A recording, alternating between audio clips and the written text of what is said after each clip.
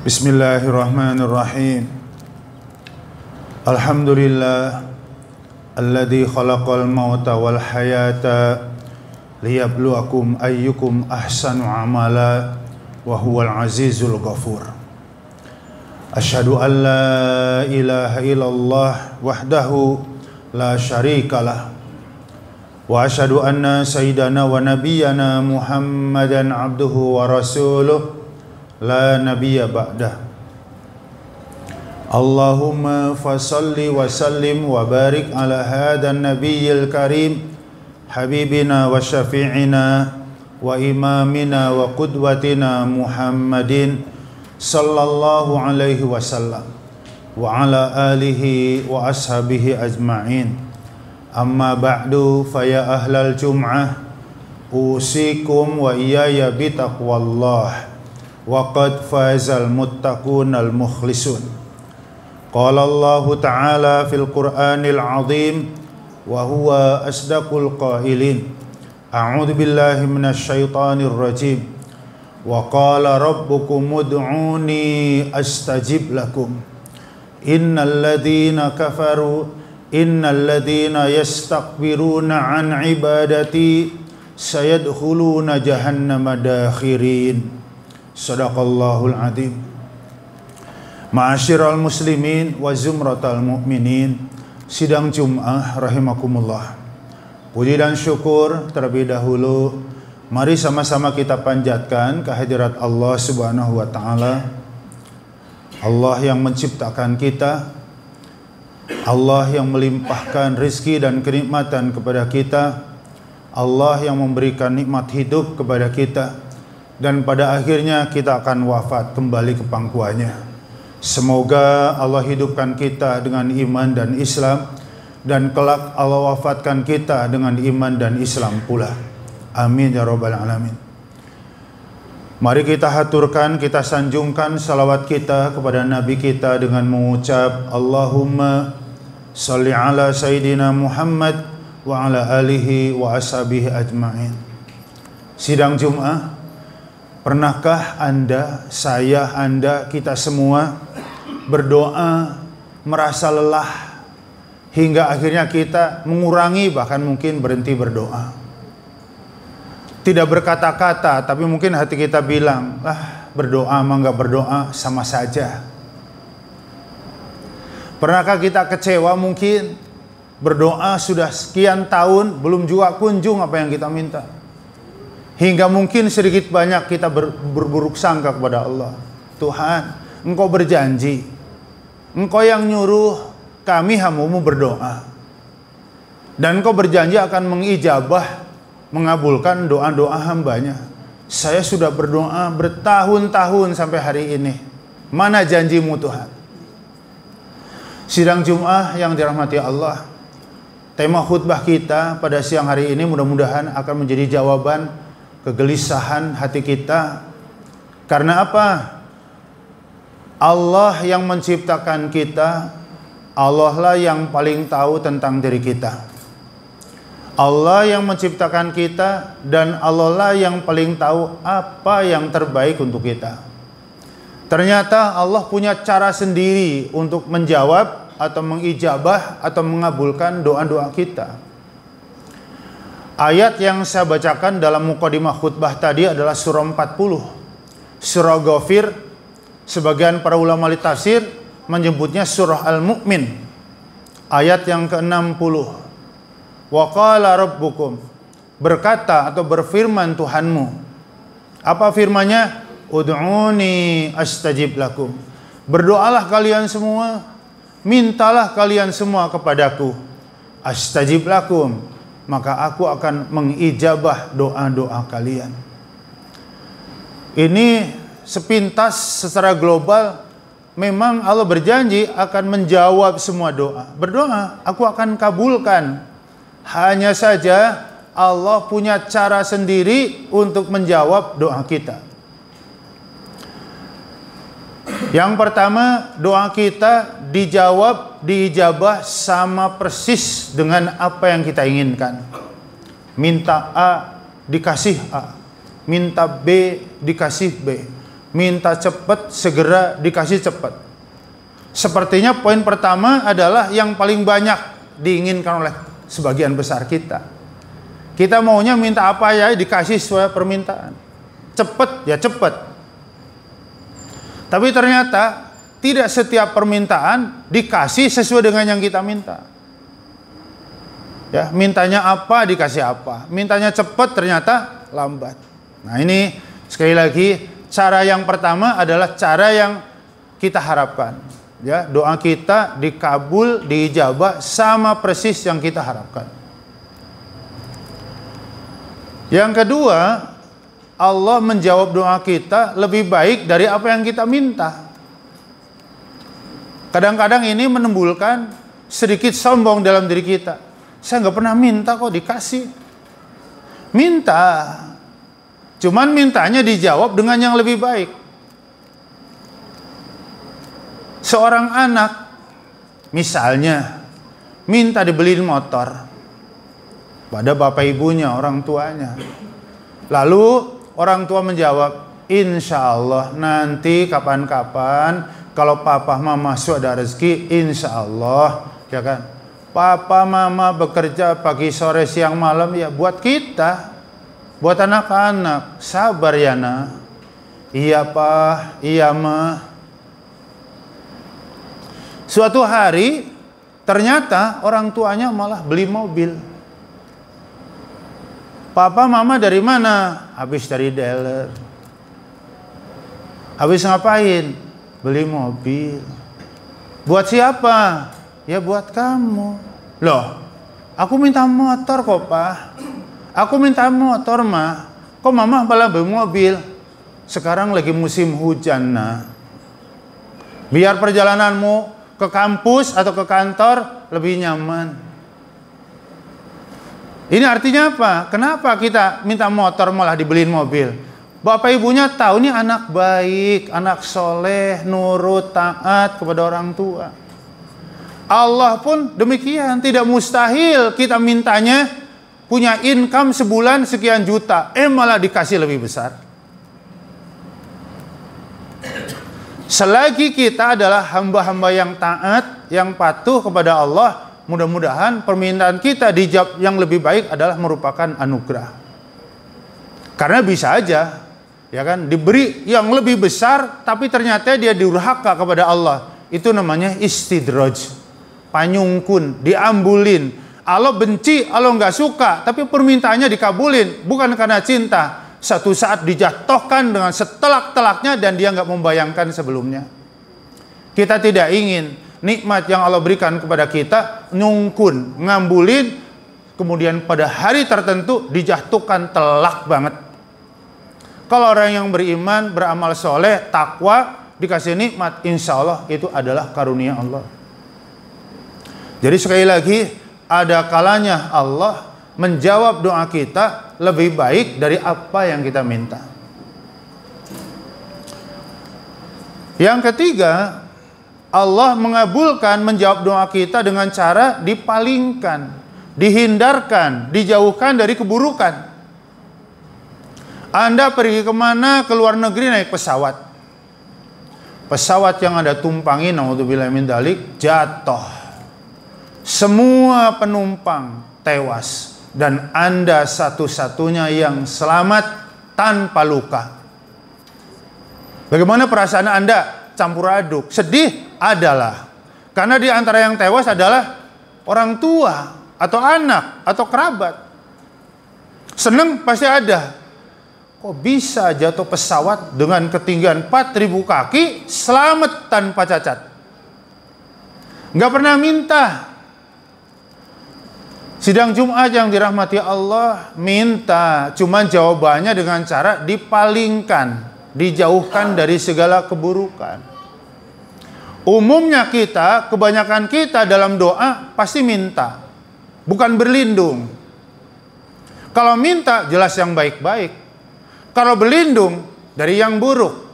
Pernahkah Anda berdoa, ya Rob, kalau suatu hari saya bepergian naik pesawat, kemudian pesawat saya jatuh, lindungi? Nggak pernah.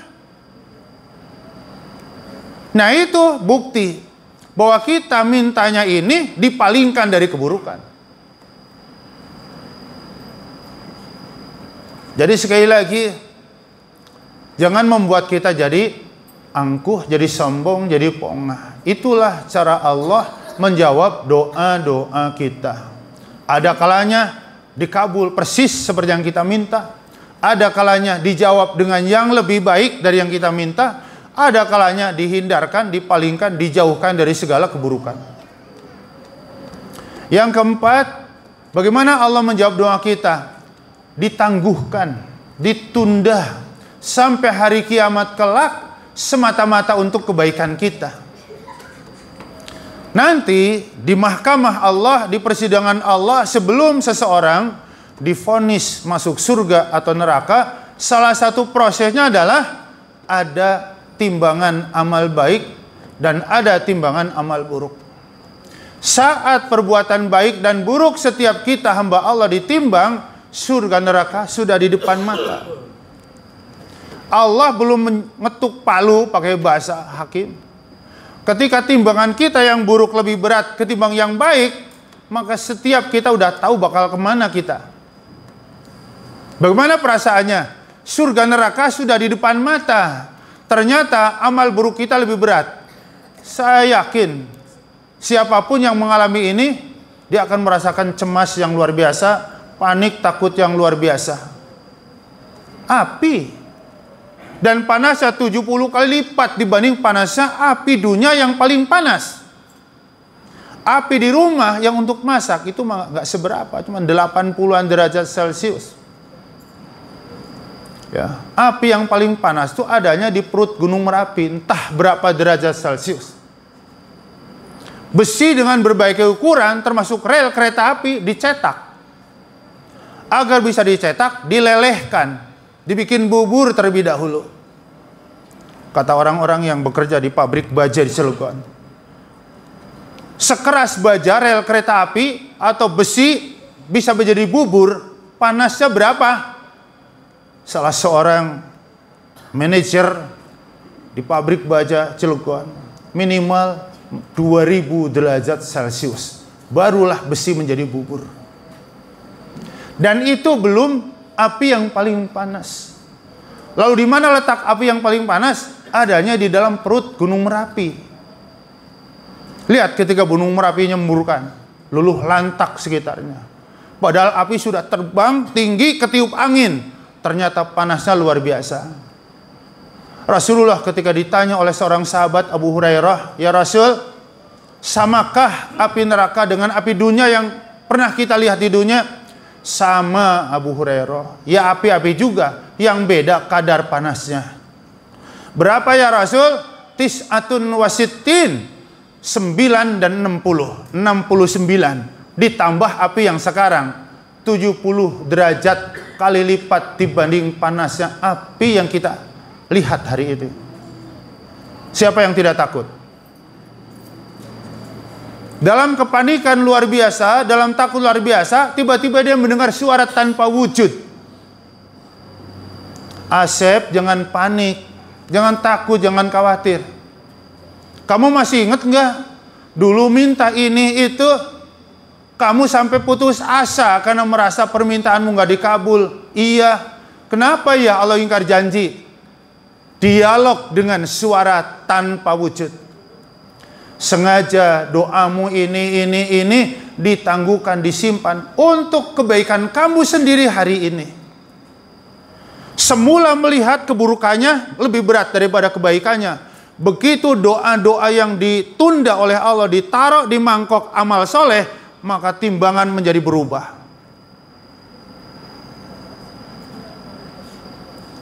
Asep, kata suara tanpa wujud, kalaulah bukan karena doamu yang ditangguhkan, kamu nggak akan dapat surga. Andai kata itu adalah Anda, gimana perasaan Anda? Saya yakin nangis haru bahagia. Ya Allah, Rabb, maafkan aku selama ini berburuk sangka karena Engkau telah ingkar janji. Aku berdoa begitu banyak, tapi nggak ada yang dikabulkan. Ternyata ditangguhkan, disimpan untuk kebaikan aku sendiri. Terima kasih ya Allah. Andai tidak ada doa yang ditangguhkan, maka saya tidak akan pernah merasakan nikmatnya surga. Dan yang kelima, bagaimana cara mengabulkan doa kita? Doa kita ditukar oleh Allah, diganti dengan ampunan. Emang apa dosa saya? Ini dia. Perbuatan dosa ada yang besar, ada yang kecil. Menghindari dosa besar relatif lebih mudah. Jumlahnya sedikit. Syirik, sihir, membunuh, makan riba, durhaka kepada orang tua, bersaksi palsu, bisa dihitung dengan jari. Ancamannya berat. Semua kita takut. Makanya menghindari dosa besar itu relatif lebih mudah. Yang sulit adalah menghindari dosa kecil. Ini yang membuat kita kadang-kadang merasa nggak berdosa. Karena dosa kecil jumlahnya tak terhingga. Banyak sekali. Saking banyaknya sulit dikontrol. Karena sulit dikontrol, seringkali dosa kecil tahu-tahu sudah terjadi. Tahu-tahu sudah terjadi. Tahu-tahu sudah terjadi. Emang apa sih sumbernya dosa kecil? Mulut, mata, telinga. Anda ngumpul berdua, bertiga, 1 jam, nggak mungkin nggak ngobrol. Entah siapa yang memulai obrolan. Apa kabar Pak Asep? Baik. Keluarga sehat? Sehat. Bapak sehat? Sehat. Keluarga sehat? Sehat. Obrolan berdua, bertiga, berempat, 10 menit lurus lempeng. 50 menit berikutnya berubah jadi gosip, tidak berasa. Itu dosa kecil. Karena merasa nggak ada dosa, tidak ada panggilan hati untuk istighfar. Harusnya berbuat dosa itu istighfar, bertobat. Karena merasa nggak ada dosa, yang nggak ada istighfar, nggak ada tobat. Ternyata apa? Allah Maha tahu.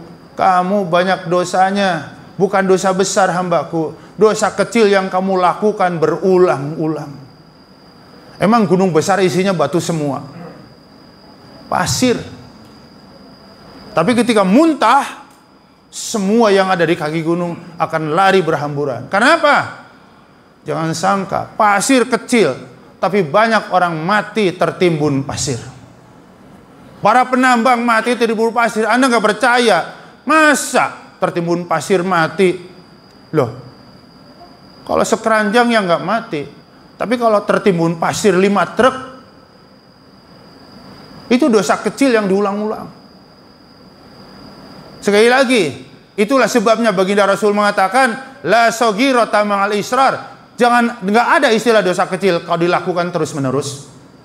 Wala kabirata ma'al istighfar wa taubah. Dan nggak ada istilah dosa besar kalau lakukan taubat dan istighfar.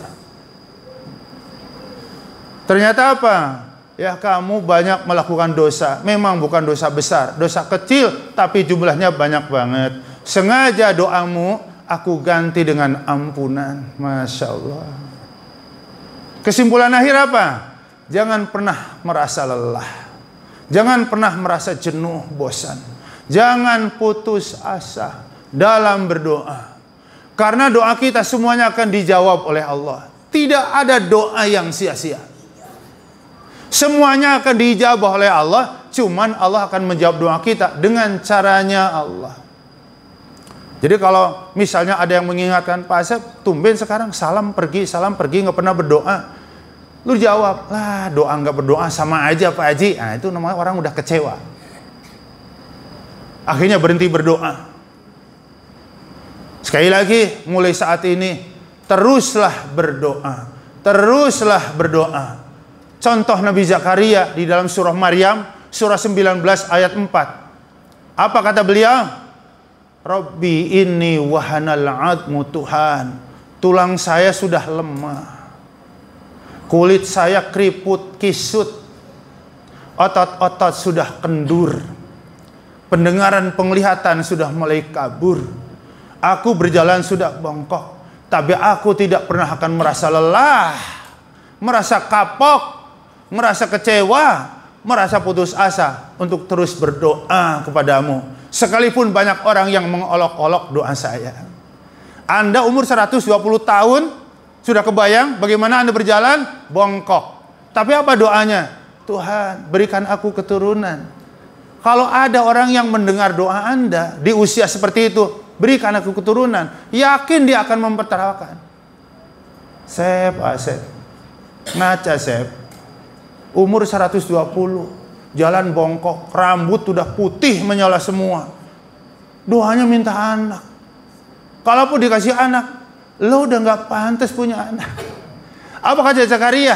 Saya mintanya sama Allah, kenapa kamu yang sewot? Makanya dia bilang, saya tidak akan lelah, tidak akan letih, tidak akan kapok, tidak akan putus asa. Saya akan terus memohon kepadamu. Masya Allah. Doanya Nabi Zakaria akhirnya dijawab oleh Allah. Allah Maha segalanya. Rahim yang dipolis mandul istrinya dirubah oleh Allah. Dan akhirnya istrinya Nabi Zakaria mengandung seorang anak laki-laki ganteng bernama Yahya. Itulah Yahya pertama, nama Yahya pertama di muka bumi. Sekali lagi, mari kita terus berdoa.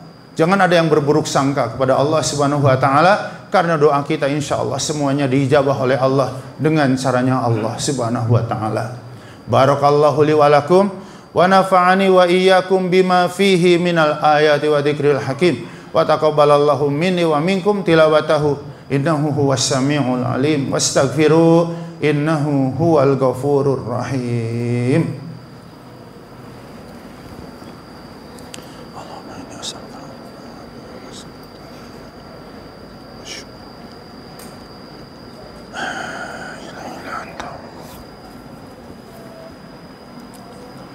Alhamdulillahirabbil alamin wa bihi nasta'in ala umuri dunya waddin. Asyhadu an la ilaha illallah al-malikul haqqul mubin wa asyhadu anna Muhammad rasulullah as-sadiqul wa'dul amin.